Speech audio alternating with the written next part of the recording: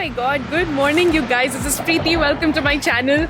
I am in Europe after 4 years, I think. I can't even remember the last time I was here. But I'm also in a city that is very, very special to me because this was part of the very first trip that I did solo. I'm in Vienna.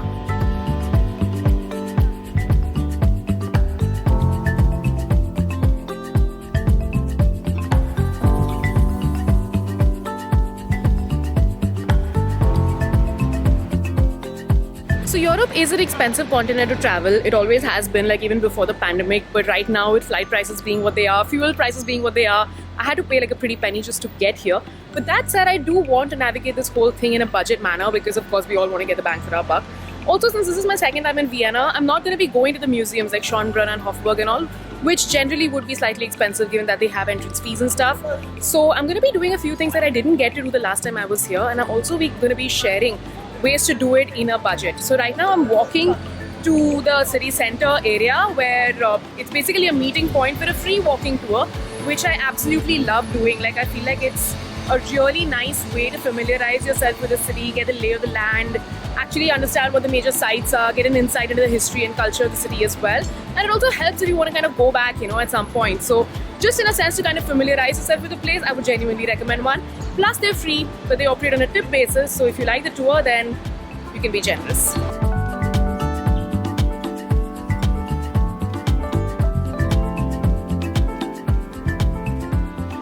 So I've arrived here in Albertina Platz. I'm actually at Helmut-Zilk-Platz where the free walking tours begin. The company that I'm doing it's called Prime Tours, and they have tours in multiple languages. I think there's a Spanish one that's starting right now. It's about 10:40. The English one will start at 11, so I'm just going to wait till the tour guide turns up.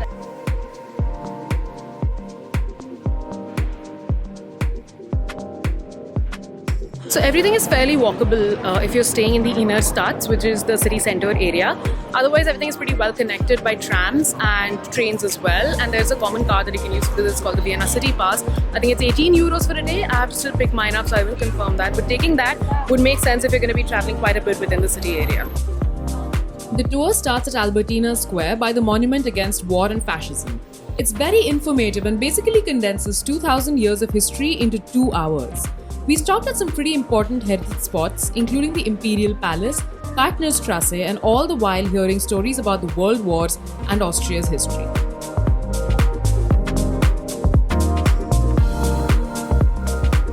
So the walking tour went on for around 2 hours. It's around 1 o'clock now. It's definitely something I would recommend because it is so informative. There is so much of history, so many local stories also that the guide shares.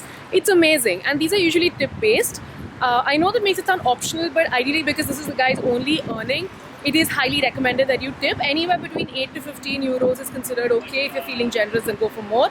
I gave 10 euros, so that's what I have paid for the free walking tour. And it's a tip, so it goes directly to the guide, and there are some payments that even the guide has to make, just clarifying it over here. It's 1, like I mentioned, and I'm really hungry now, so I'm gonna go find some lunch. I know the Naschmarkt isn't too far from here. It's a 100-year-old market with tons of restaurants, local stalls, lots of local dishes over there. I know there's not a lot I might be able to eat locally because I'm a vegetarian, but I'm gonna go and see what it's like.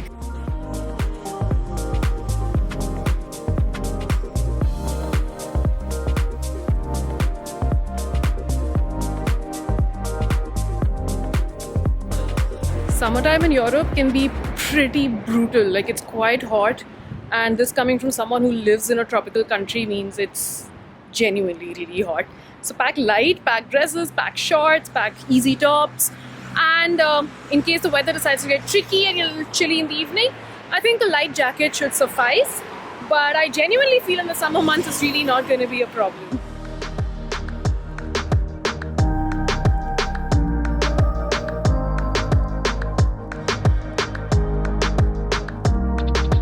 It's like I'm here, gonna check this place out and get something to eat and get out of the sun. It is terribly hot.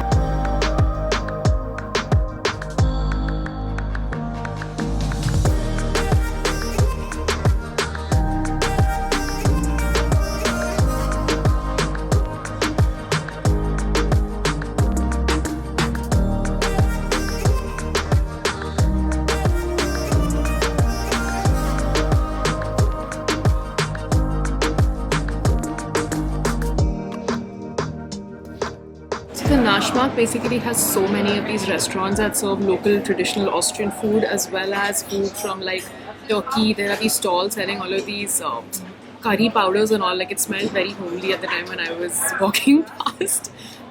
There are so many cheese places over here, lots of curated meats available. I'm sitting at a place which is kind of Italian, I suppose, but they also have like a whole counter of cheeses and stuff over here. So they serve cheese platters as well, and it's so common to just get a drink with your food. Like there's prosecco, there's different kinds of wine, there's a house wine, there's Rieslings available. It's crazy, and of course, Aperol Spritz is one of the most popular things to have over here. For those who don't drink alcohol, there's a very popular local drink called Almdudler. It's worth a try. It's actually really delicious. I had it the last time I was in Vienna, but right now I'm not sure what I should get. I've gone ahead and ordered a ravioli. They were very helpful with offering vegetarian options since I don't eat meat. The menu's usually entirely in German, but it's easy to pick out words that, make sense, or else there's always Google Translate. I've gone ahead for a garlic sauce ravioli and waiting for it to come because I'm starving right now.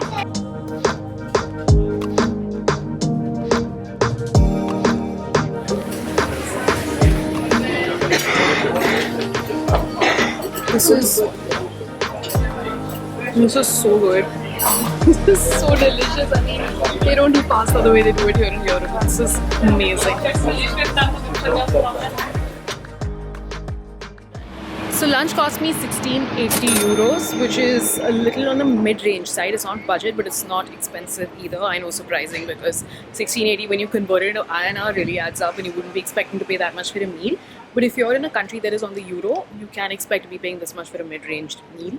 But that being said, the Nashmarkt is not home to just, mid-range or expensive places. You can actually pick up a falafel sandwich for like 350 euros, 3.50, I hope. That's understood. So yeah, there's something for every budget over here, and it totally depends on how much you want to spend. And there are plenty of options. I didn't find it too difficult as a vegetarian. I could find something that was right up my alley, and it was delicious as well. So it's not like you're compromising on taste just because you can't eat meat. That being said, Wiener Schnitzel is a really, really popular dish over here. Something that you might want to try if you eat meat.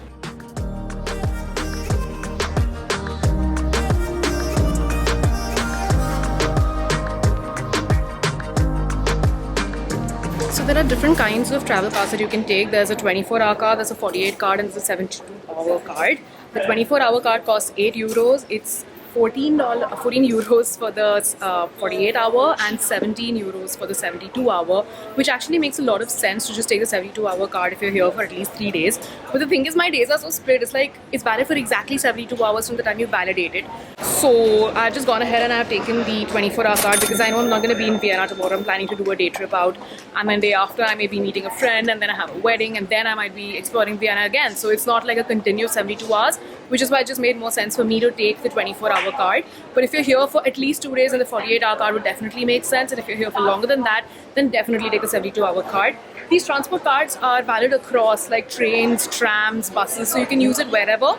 And it's super convenient. You just need to validate it for the first time, and then it's valid for the time that you have taken the card for.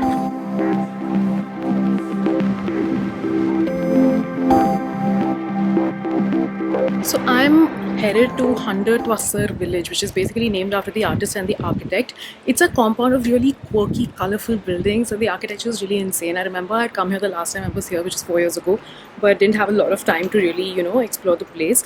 So this time I thought I'll come and actually spend some time seeing the shops over here. There are some cafes and restaurants as well. And mainly it's just the facade that is so fascinating and so different. Vienna really is a city which is a patron of the arts, whether it's art or music or dance or theatre. And I feel like this is also another way where it has been expressed in such a beautiful, such a unique way. And it's definitely worth a visit. That's where I'm at right now, and I can't wait to show you. The Hundertwasser house is famous for its colorful, expressionist facade. It's actually an apartment house built in 1985 by artist Friedenstreich Hundertwasser. People actually do live here. Right opposite this is the Hundertwasser village, which was built out of a tire workshop in 91. This houses a shopping center in Hundertwasser style with a village square, a bar, and stores where you can pick up souvenirs if you'd like.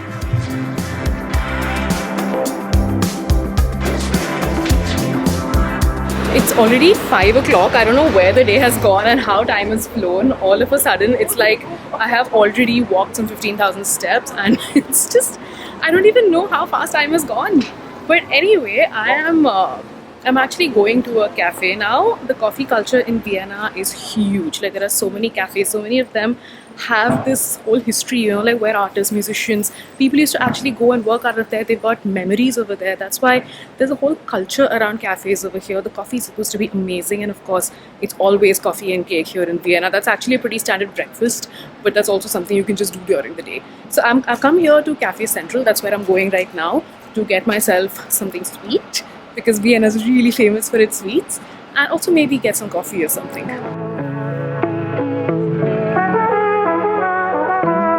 Yep, the crowds to get into these places are real. When famous personalities like Freud and Trotsky themselves have frequented this cafe, the rest of the world is bound to follow.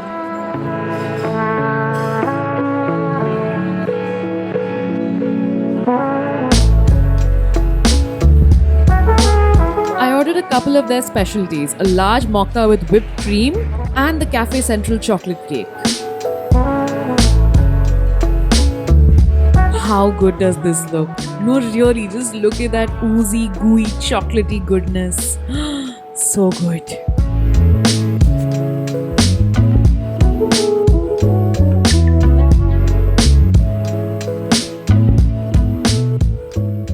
That was some delicious cake. It was so good. I don't even regret having eaten all of it. And the coffee thankfully had absolutely no sugar in it. I was thinking it might be a bit of a sweetness overload, but that wasn't the case. It wasn't sweetened. The whipped cream was. So if you don't mix it up, at least I prefer it that way. Also, there are a lot of cafes here in Vienna, and you will find crowds at a lot of them, especially Cafe Sacher. I think that's one of the more popular ones where the Sachertorte is said to have been created. So, Sachertorte is a really popular dish of pastry over here. It's like 2 layers of chocolate cake with some apricot jam in between. So that place is really crowded because everybody lines up to try the Sachertorte over there, and because it is like kind of small, even Cafe Demel for that matter, because it's small, the lines don't really move so fast.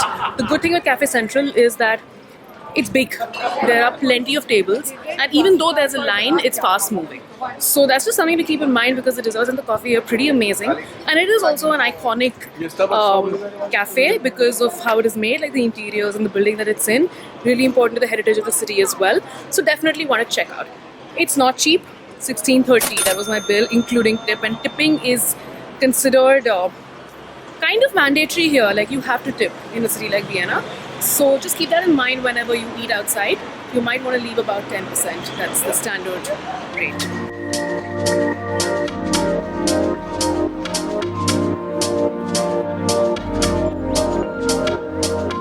Because everything is so close, literally everything is like walkable, even though I took a train to go to Herrengasse, where Cafe Central is located. I actually walked back all the way here to Stephansplatz, and from here, my hotel is like walking distance.